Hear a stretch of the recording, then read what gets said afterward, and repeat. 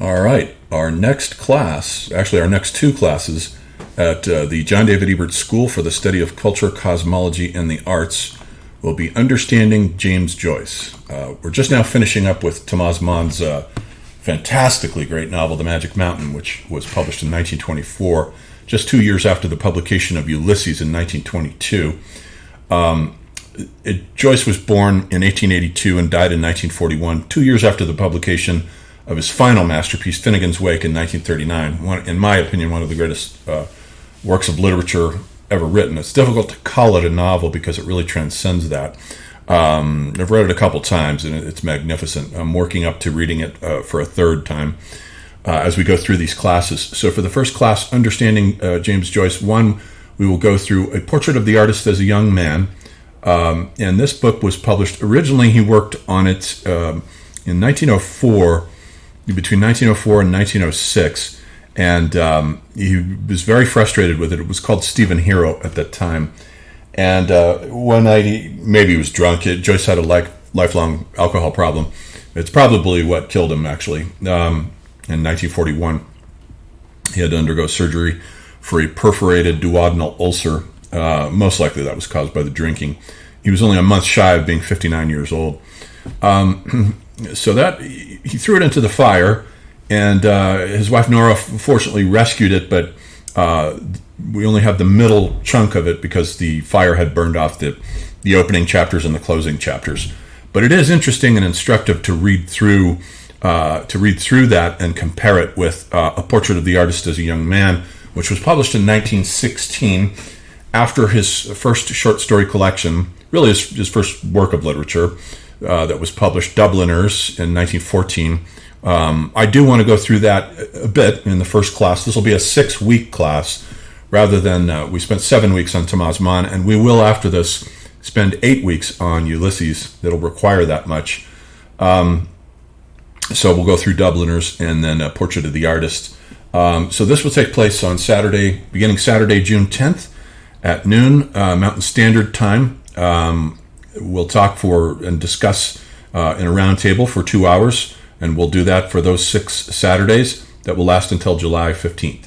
And the cost of the course is only $150, so I've lowered it considerably because it's only 6 weeks, and also I want to get more people in on this because it's going to be a blast. We're going to have a great time. And so let's see here. What we'll do is I've broken it down this way.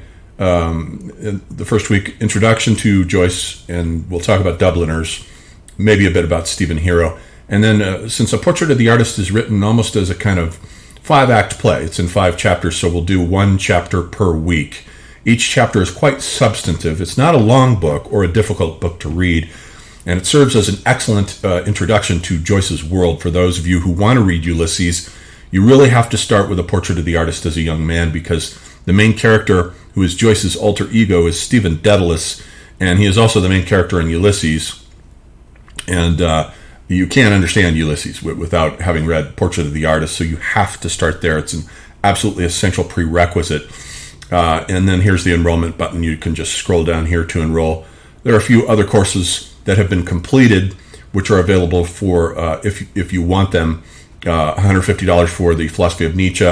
It'll be $150 for Rudolf Steiner as well. I have to change the price here. This was the initial entrance fee, $350. It's $150. And next week we will finish with Thomas Mann, and that will also be $150 for anyone who wants to publish all the classes and the lectures for these 3. There are others too that we did on the history of German idealist philosophy and understanding mythology and transformations of consciousness through time, where we went through Rudolf Steiner and Sri Aurobindo and Teilhard de Chardin, Arthur Young, Erich Neumann, and Jean Gebser in that class. That was actually the first class that we did about a year ago. So my school now is about a year old. We've gone through about 10 classes, and now we have a couple more on the horizon here with Portrait of the Artist and then Ulysses. So come join us for a 6-week discussion here. I guarantee you it will be a lot of fun for those of you who love to read literature, and I know that is a vanishingly small portion of you nowadays. Literature is good for the soul. It elevates the spirit and takes you into the realm of the Platonic forms, and that's exactly what Joyce does. This book, and here's a picture of the young Joyce here, and He creates an aesthetic theory that is basically a transformation of Schopenhauer's aesthetic theory, aesthetic arrest, as he calls it. So that's all worked out here. Joyce's whole aesthetic philosophy and orientation to the world is worked out here. It's a philosophical novel, as is Ulysses, 100% a philosophical novel. It is, by the way, in no way, shape, or form a naturalistic novel. I got into a debate with a professor. I remember coming out of college with a BA in English, and I was thinking about getting an MA in English literature. This was at Arizona State University back in the 80s, and I took a course on Joyce. I had already read and studied all of Joyce's work at that point, and took a class with a professor who was insisting to me that, oh no, Ulysses it's a straightforward naturalistic novel. It's inherited the 19th century naturalistic novel. That's what it is. And I said, you've already missed the point that the title is Ulysses. The title tells you right from the start that it is a mythological novel, and that all the way through it are references to mythological archetypes all the way through it, which transubstantiate the apparently surface-level naturalism of the novel. And Joyce has woven in synchronicities and strange spiritual coincidences all through the novel to indicate that God is speaking to these individuals, or the spirit that is for Joyce. Unlike Catholicism, for Joyce, the spirit is trapped in matter, just as it was for the alchemists, where the alchemist's task was not to create gold. Ours is not the common gold, was what they were talking about. They were talking about gold as a symbol for the spirit, which they saw as trapped within the material world. And the alchemical process then was tantamount to liberating the spirit from its prison in matter. That is exactly what Joyce is doing in these novels, especially with Ulysses. Realism need not apply. Realism is the death of all art. It destroys it and flattens it out into mere one-dimensionality. That's not what's going on with James Joyce.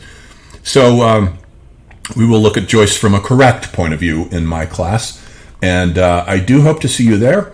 I also do astrology readings. I'm still doing those. Those are flourishing and going very well.